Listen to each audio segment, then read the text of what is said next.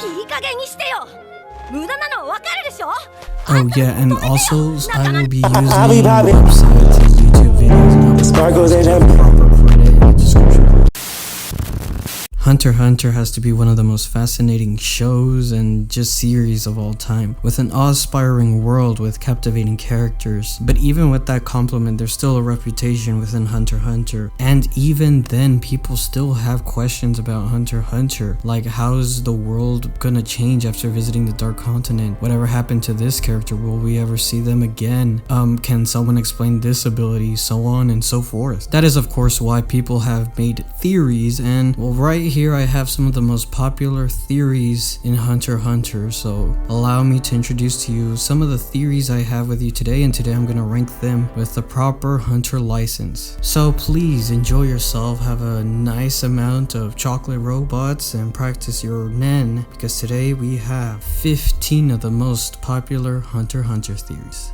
Now to kick off this video is probably the biggest and best known theory, which is Gon's real mother theory. Now the theory talks about, us knowing about Gon's real hunt. He wants to go and find his father. That's the whole story of Hunter x Hunter. And you always think about, what about his mother? Well, they talk about it in one episode, and Gon doesn't really care if he finds his mother or not because he already has a real mother in Aunt Mito. But the theory is saying that maybe Gon doesn't really have to worry about that, because maybe he doesn't have a mom. This theory stems from Jing Freaks' involvement in crafting the Greed Island game, which includes a card called the Pregnancy Stone. It speculates that Jing's advanced Nen abilities could extend to creating life, offering a possible explanation for Gon's mysterious mother and his affinity with Nen. And it kind of makes sense for two reasons. One, Jing is probably one of the strongest Nen users in Hunter x Hunter. I mean, when he and Periston were getting attacked, he literally copied Leorio's warped punch and made it even better just by getting hit with it. And he literally complimented Leorio, saying, oh yeah, this was like a genius move by Leorio. He's a doctor. He can use this ability by using it as an ultrasound. And Periston immediately was like surprised at how good Jing was. And not just that, that isn't Jing's true ability. Periston, he wanted to use that opportunity to find out what Jing's true ability is, and Jing knew that, so he was like, no, I'm not really gonna show you what my ability is. A game that has been sold for like millions and billions of genin. And two, knowing Jing's personality, I don't know who would probably sleep or be with him if not for his money and his knowledge. Like maybe Cheeto, I guess, because out of all of the Zodiacs, she's the one that least hates Jing. Like, I mean, it's more of her disliking Periston more than liking Jing, but I mean, she's the only one that doesn't like directly tell in Jing's face that he's like a bad person. Even his friends tell him that he's a bad friend, so that has to tell you what type of person Jing is. So I don't know who would even be with Jing. If I have to rank this theory, I'm gonna give it a 4 out of 5. This one just makes the most sense out of probably all the theories that I'm gonna be talking about. And I mean, from what I've given, from the explanation of the actual theory to the examples of why it makes sense that Jing just used the Pregnancy Stone to create Gon, and especially because Gon's personality is similar to Jing's, I don't really see any real mother coming out there and said that they're in a relationship with Jing, unless she probably like outright says that, yeah, Jing was a horrible guy. Like, I fell in love with him, but like, I just despise him now and I hate him. But the Pregnancy Stone theory just makes the most sense. Now this theory states that Phaeton might be a Zoldyck. Now, as the most rebellious member of the Phantom Troop, he has a lot of similarities to the majority of the Zoldyck family than even Killua himself. Killua is the only one of the family that has that, looks like his father with the white hair, while the other Zoldicks have their mother's personality and characteristics of the black hair. And this theory states that Phaeton might be a member of the Zoldyck because of the similarities of the physical traits to Killua's mother. And of course, the second example is when talking about Kaluto. Now, when Kaluto joined the Phantom Troop, we didn't know why he wanted to join. When we first see Kaluto is when he's over there helping Illumi during the York New City arc, and he's over there distracting the Phantom Troop when he was disguising himself as Hisoka. Then during the Greed Island arc is where we are able to see that he was able to replace one of the fallen members of the Spiders. And all of that is really interesting because we all know that Killua is of course helping Kurapika with his involvement installment of him trying to defeat the spiders, trying to regain his people's eyes. Now that Kaluto, who is of course the younger brother of Killua, is joining the spiders, this makes everything interesting. And during the Chimera Ant arc, when Zazan and her bunch of Chimera Ants take over Meteor City, we get to see what all the Phantom troops that haven't really shown and haven't really had a good showcase during the York New City arc have to offer. And one of them was Kaluto, who was able to say that, oh, I'm gonna quickly rise up to the ranks and I'm gonna be up there next to Chrollo. And then soon as he goes and finds out Phaeton fighting Zazan, you can tell he just got immediately humbled, and everybody's like, oh, I call next, and he immediately starts saying that he really is weak and he still wants to grow in order to find his brother. And it immediately shows a picture of all the members of the Zoldyks, and then it immediately goes to Phaeton fighting Zazan. Now, a lot of people say that maybe Kaluto is trying to find Phaeton because Phaeton is maybe a member of the Zoldyck family that got wished away because of Aluka, or something of that sense, because it doesn't really make sense why Kaluto wants to join the Phantom Troop to find which brother. From what I've seen, Kaluto hates Aluka. He doesn't really show any interest to Killua, and Illumi and Miluki are doing their own thing. So this kind of strengthens the theory of that Kaluto is trying to regain Phaeton's memory, and maybe he was ditched by his mother when she was living in Meteor City when Silva and Kikyo first met. So there is that possibility, and I have to give this theory a 3.5 out of 5 because there is a lot of interest and there is a lot of things that might go into that direction. But from what we've seen right now, we don't know what the true end game of Kaluto even is, because we all know Illumi joined the Phantom Troop with the reason that he married Hisoka only in a way so he can kill him to get the money that Hisoka kind of put in the contract. So it doesn't really make sense, and Illumi isn't in a hurry to I guess get Phaeton back, and we don't really know the true extent of what Kaluto means by trying to get my brother back. But a lot of this is wishful thinking, and it kind of makes sense when you think about it. Now, I don't know about this theory, but it is saying that Tompa, the goat Tompa in the first arc in the Hunter's exam is actually a part of the exam itself. Now, when Gon encounters Tompa, he is, an initial challenge for the crew, and while Tompa's character motivation seems, kind of weird with him just saying, I just love crushing people's dreams and all that stuff, a lot of people suggest that maybe the Rookie Crusher is a part of the Hunter exam. While in the HunterXHunter world, it kind of makes sense why people do weird things, we have Hisoka, and as long as you know what Hisoka is, you're probably going to be weirded out on what he truly wants as a hunter. And Tompa, even though it's kind of out there, it kind of makes sense why he's over there crushing guys. I mean, wouldn't someone want to be in the inside so he can weed out all the little ones out there? I mean, when we first see Tompa, he immediately eliminates one of these guys that wanted to be in the Hunter exam. And yes, while it does show that having intelligence and strength is very important for a hunter, also courage and will is a big factor in being a hunter. So maybe being a part of the Hunter exam makes it even better for him, because maybe he's getting paid by the Hunter Association and he gets to, get his sick kicks. I'm gonna give this theory a 2 out of 5. I don't really think he's being hired by the Hunter Association just so he can eliminate worthless competitors in the Hunter exam. I just feel like he's a weirdo trying to get his sick kicks in, and he does seem like the one that will go into the Hunter exam and wouldn't do that well in it. And I feel like the Hunters Association would at least try to get someone with a hunter's license than without it, and I don't think Tompa has one itself. So now this theory is kind of stupid, but this is essentially saying that Killua might be part cat. Now the reason we have this theory is because you know how sometimes Killua is drawn with cat-like figures in the manga and the anime? Well, this theory is saying that maybe, Grandma Zoldyck, we've never seen how she looks like, maybe she's a cat person. And apparently people say that it's similar to Neferpito, and you do realize that Neferpito is a chimera ant that has a lot of other species mixed in with it itself,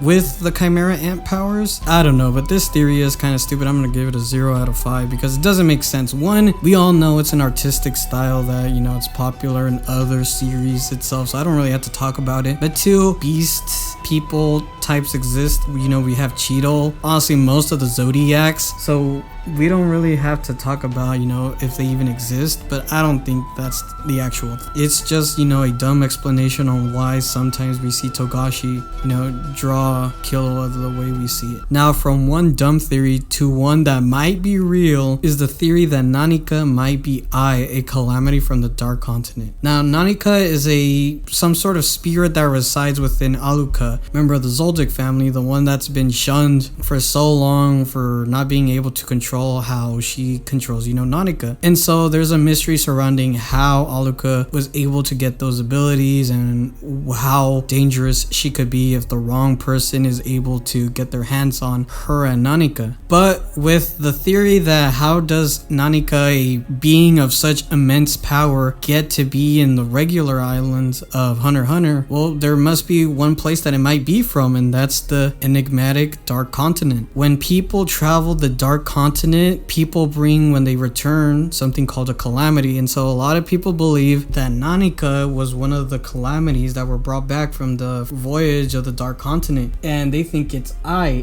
gaseous life form. A codependence of desire is what it states in the manga. And I generally believe that it is what it is. It says a codependence of desire. And we all know what Nanika wants is the affection of its big brother Killua. We know that from the, trying to save Gon arc. And so this one just makes so much sense. If this theory, holds true, Gon and Killua could have experienced a glimpse of a power that they could have confronted if they would have went to the Dark Continent. And I believe this theory is a 5 out of 5. This is true. Nanika is a calamity that, came from the Dark Continent, and the thing is, it's very scary. Nanika is a very powerful being, and we have to thank Killua treating Nanika like it's a, little sister for, not getting in the wrong hands, because who knows, especially with the Zoldyck family, on how kind of weird they are, that we wouldn't know how they would even use Nanika. I mean, she freaking Aluka was stuck there for a long time, and she's like, what, an 8-year-old kid? So yeah, definitely a 5 out of 5 theory. This one is true. But while talking about the Dark Continent, here's a theory that might be interesting, and that's stating that the Kurta clan might have also come from the Dark Continent. Now, this fan theory states that Kurapika's Kurta clan is traced back to the Dark Continent. According to this, a war unfolded between the Dark Continent and the discovered world generations before the events, held in the manga and the anime, leading members of the Kurta clan to migrate to the regular Hunter x Hunter world.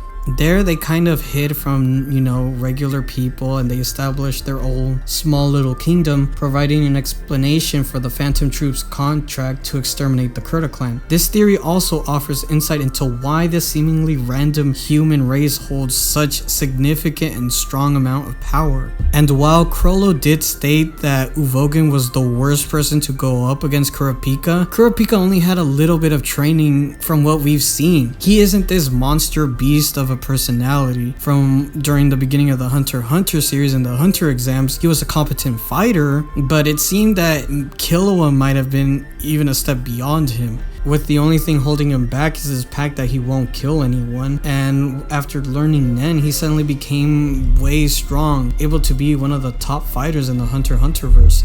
So this theory is pretty good. I'm gonna give this a 3 out of 5 because this does explain why the Kurta clan were such hidden from the outside world. We really didn't get to see it in the Hunter movie when it was showing little bits and pieces of Kurapika's homeland before the whole Phantom Troop came in and destroyed everything. So again, 3 out of 5 theory just makes sense why the Kurta clan were so underratedly strong, yet they were ostracized from the rest of society, and why it was such a big challenge for them just to go and get groceries and stuff like that. And well, might as well, when we're talking about the Kurta clan, might as well talk about this theory. Serednik has Pyro's head theory. Yes, in chapter 349 of the manga, Prince Serednik is briefly depicted on his throne surrounded by the Scarlet Eyes, and we know this because it is stated that Serednik has a good amount of Scarlet Eyes, from the Dark Market. So it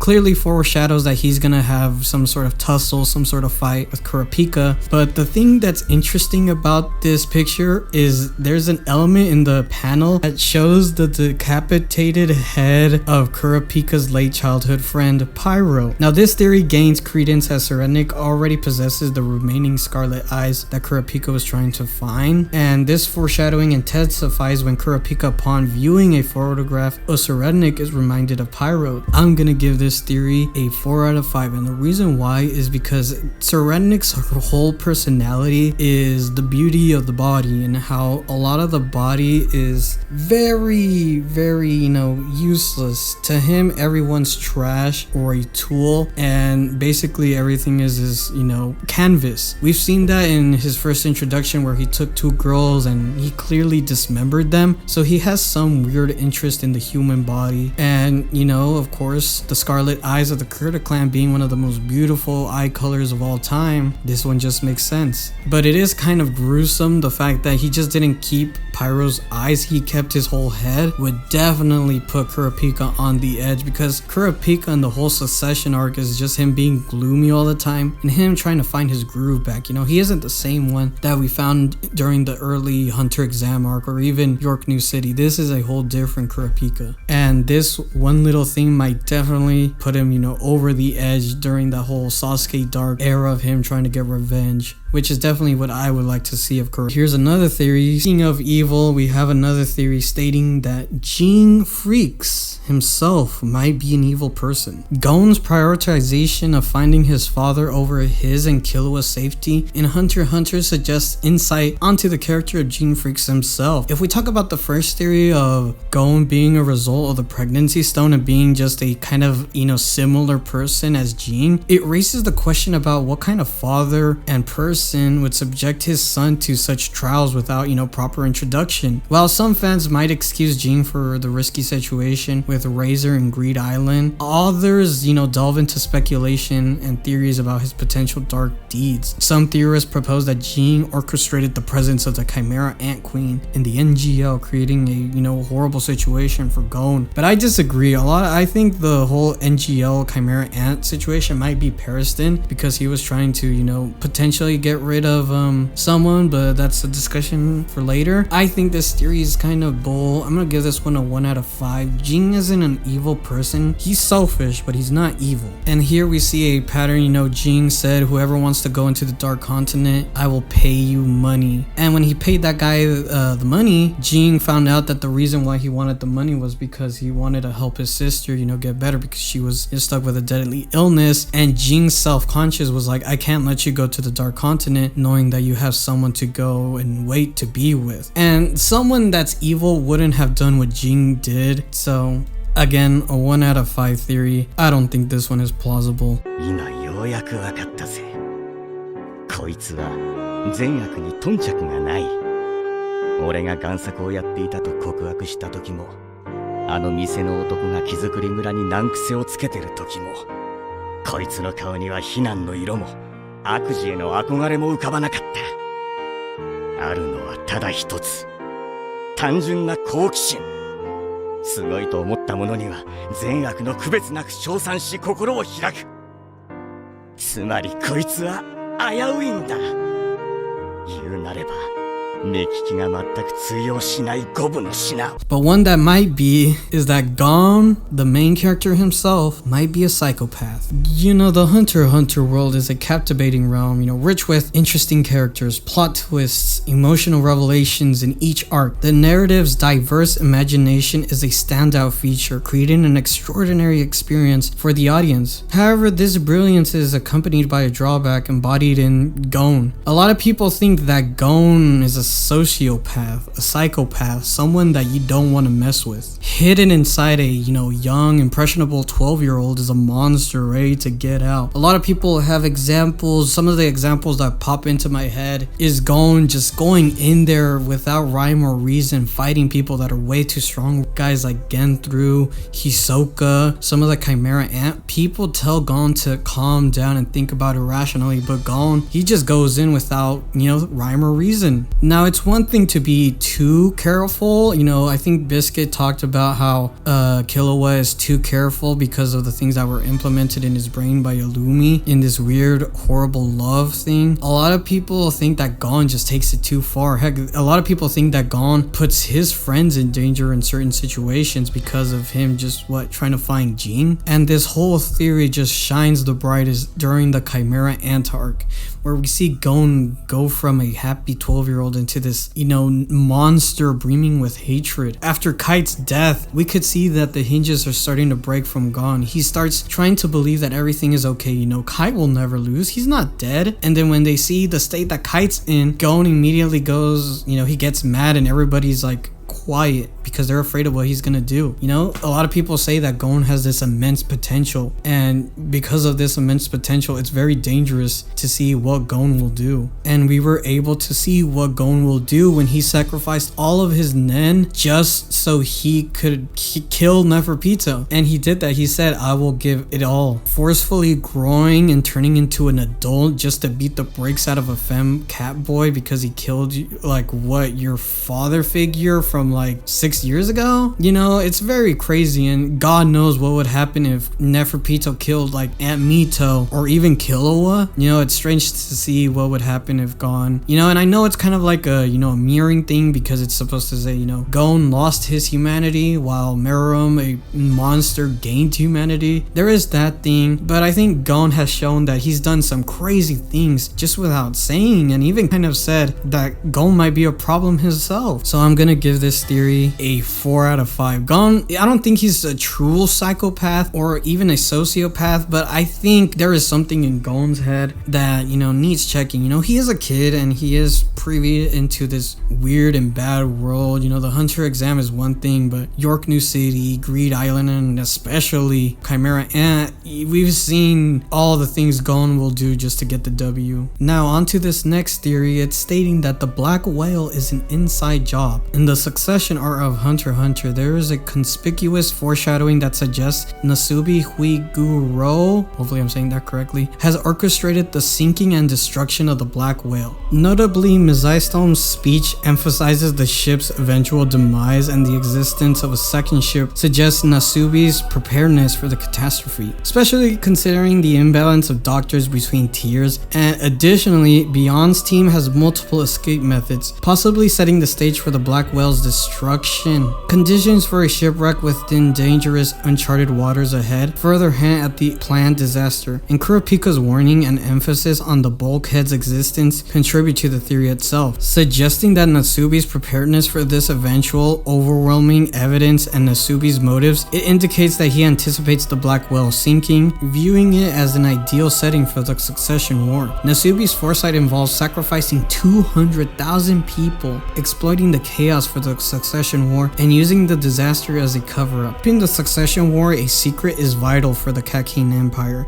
and Nasubi's propaganda machine covering up crucial information. This strategic plan aligns with the theme of peace prevailing over honesty, showcasing Nasubi's anticipation of his own death and ensuring his legacy amid the impending chaos. Ultimately, Nasubi's plan involves sinking the Black Whale to conceal the deaths of all 13 princes, drawing parallels within the earlier covered-up Succession War. Now, out of all of the theories here, I am a little skeptic about this one because while I do agree that, Nasubi himself orchestrating the Black Whale as a perfect place to, create the Succession War is a genius plan, because there he can just immediately find his successor, whoever they might be. So this one kind of makes me interested in to see what more can be done with it. The whole purpose of this is going into the Dark Continent, and maybe this whole thing is a kind of peace thing, because Beyond's whole thing is he wants to go to the Dark Continent now that his father died. And so they might probably struck up a deal with Natsubi, the Kakin Empire, saying that, hey,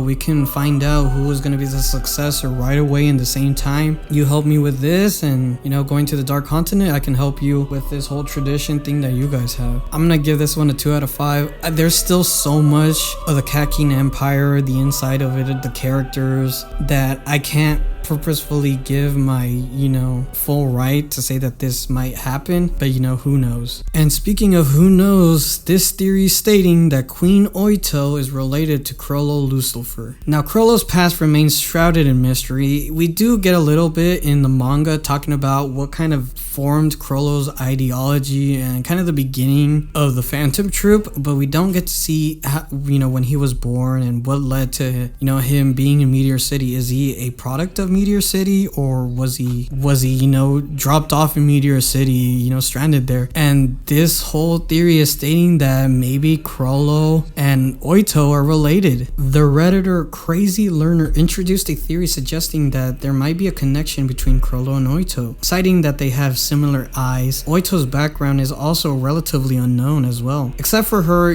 her upbringing and her living in an impoverished family with 5 siblings, mentioning an older brother who mistreated her. The theory proposes that the possibility that Oito's family might have abandoned some children in Meteor City where Chrollo grew up in. And if this theory is real, this might actually change the dynamic between Kurapika and Chrollo, because Kurapika's whole thing in the Succession War is to try to protect Oito and Wobble. But that might all change if Kurapika finds out that Oito and Wobble are related. It changes because Chrollo being Oito's brother, we know that Chrollo is like 26, 28, and we still don't know how old Oito is, but I feel like she might be in the younger years, because the whole thing is that she was from poverty and she married to the Cat King and Emperor because of the whole glitz and glamour of living that lifestyle, until she realizes she fucked up once Wobble came into the picture and realizing there's gonna be a whole succession war. This whole thing makes it interesting. I'm gonna give this one a 2 out of 5, only because of the dynamic. I am interested in this theory being a possibility, but if not, this is just people theorizing. And speaking of people theorizing, this theory states that the purpose of the Hunter Association was to explore the Dark Continent. The Hunter Association has its history, I think it's founded by Netero, and the whole purpose of the Hunter Association is to, explore the world's perilous regions, the most dangerous places, to fight the most dangerous beings and discover everything, about the world itself. And the Hunter Association's history remains largely undisclosed, so speculations arise among fans suggesting that the association primary objective might be centered around exploring the Dark Continent. And if this holds true, Gene Freaks' elaborate efforts to mold his son into the ideal hunter could bear fruit when Gon eventually ventures into the Dark Continent.